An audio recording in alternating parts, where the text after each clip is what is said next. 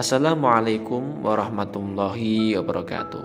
Para sahabat dimanapun berada, saya ingin mengajak para sahabat untuk bersama-sama belajar tentang kefikihan, pengertian fikih tentang hal-hal amaliyah-amaliyah atau hal-hal yang menyangkut tentang fikih.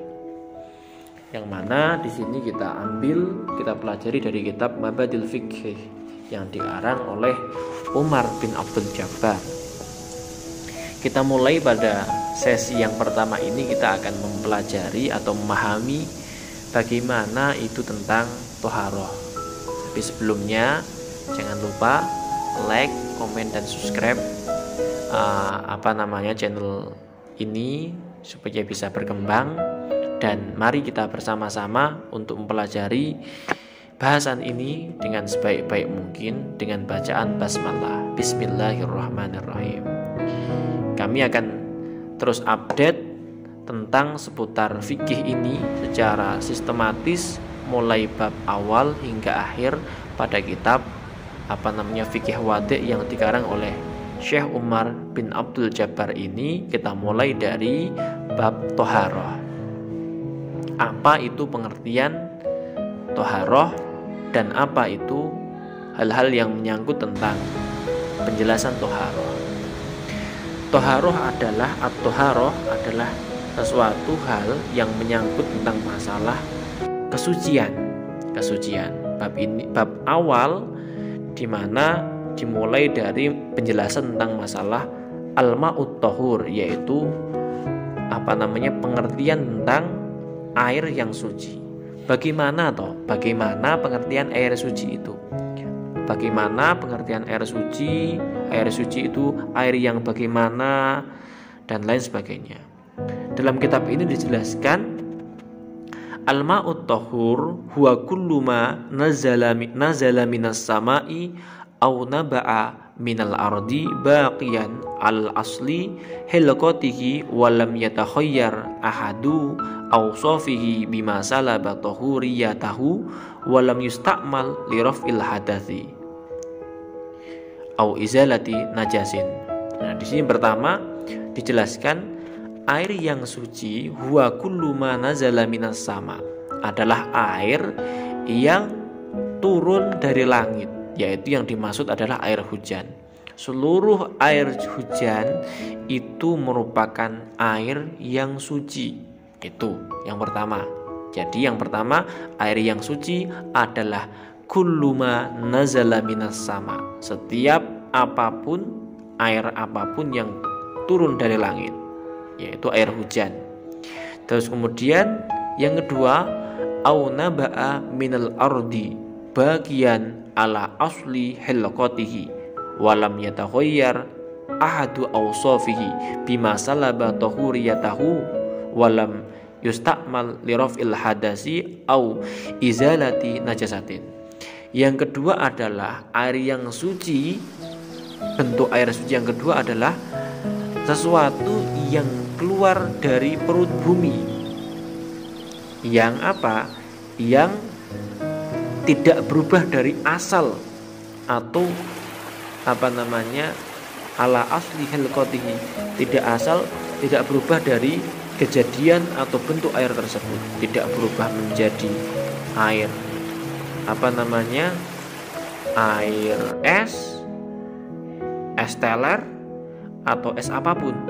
Itu air sumur ketika sudah berubah menjadi air es teh, maka sudah, itu bukan air yang suci mensucikan. Walam yatakhayyar, lain dilanjutkan, walam yatakhayyar ahadu awsafihi, dan tidak berubah warnanya. Salah satu sifat keairan tersebut tidak berubah bima saliba tahuriyatahu, karena yang menjadi sebab menariknya kesucian air tersebut. Maksudnya bagaimana? Air yang keluar dari bumi tidak berubah salah satu sifatnya karena beberapa sebab. Ketika salah satu air air sumur, air sumber, ketika salah satu sifat keairannya yang tawar menjadi manis, yang manis menjadi asin, kemudian yang tawar menjadi rasa pahit, yang tawar menjadi rasa macam-macam, yang menyebabkan berubah sifat keairannya, maka air tersebut tidak dinamakan air yang tohur atau air yang suci. Walam yustakmal liraf'il hadasi, dan air yang suci adalah air yang tidak digunakan setelah untuk menghilangkan hadas au izalati najasin atau untuk menghilangkan sebuah najis.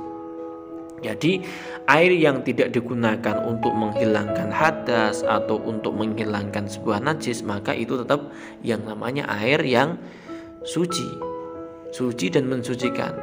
Tapi kalau sudah berbeda, air yang sudah digunakan habis untuk ngelap untuk menyiram kotoran hewan, ya masih bentuknya air.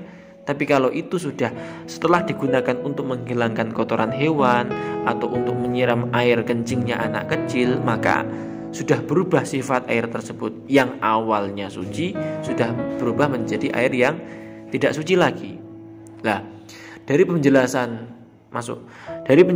awal sampai akhir tadi tentang masalah kesucian air, itu di sini Syekh Muhammad bin Abdul Jabbar beliau memberikan dasar tentang penjelasan ini dalam ayat Al-Qur'an yang berbunyi wa anzalna minas sama'i ma'an tahuran, yang artinya dan aku turunkan dari langit ma'an, air, tahuran yang suci.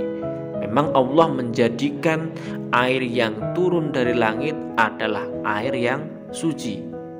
Itu. Jadi sehingga air hujan itu merupakan air yang suci secara mutlak. Seperti itu.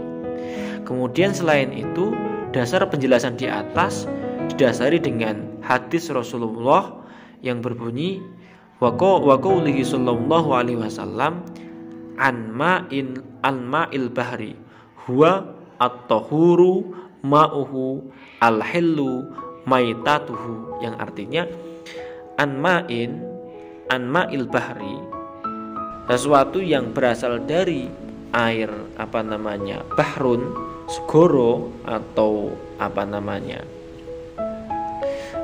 lautan, atau yang keluar dari perut bumi, huwa at-tahur ma'uhu hillu maitatuhu, segala apapun yang keluar dari perut bumi yang berupa air tohurun huwa at-tahur, itu adalah air yang suci. Apanya? Ma'uhu, airnya suci, al-hillu maitatahu, dan halal bangkai yang ada dari air tersebut, bangkai yang ada dari hewan sungai atau hewan laut, itu merupakan bangkai yang halal untuk dikonsumsi oleh umat Islam. Ini hadis yang mendasari dari penjelasan di atas. Kami ulang sekali lagi, yang namanya air yang suci adalah segala bentuk air yang turun dari langit, kemudian yaitu air hujan, dan segala bentuk air apapun yang keluar dari perut bumi yang tidak berubah salah satu sifatnya dan tidak telah digunakan untuk menghilangkan sebuah hadas, yaitu umpamanya ada seorang yang kentut kemudian berwudu, kemudian air wudunya digunakan untuk berwudu lagi, maka tidak boleh, karena telah digunakan air tersebut sebagai alat untuk menghilangkan hadas. Kemudian izalatin najas, tidak boleh air yang telah digunakan untuk menghilangkan najis digunakan lagi untuk bersuci, maka itu bukan air yang suci. Mungkin sekian para sahabat-sahabat semuanya, semoga penjelasan ini memberikan manfaat untuk kita semuanya sehingga kita paham bagaimana tentang air yang suci dan tentang masalah kesucian. Nanti selanjutnya kita akan bahas tentang masalah ma'un najis, apa itu air yang suci. Ikuti terus channel ini, jangan lupa like, comment, dan subscribe. Terima kasih. Khairul kalam. Wassalamualaikum warahmatullahi wabarakatuh.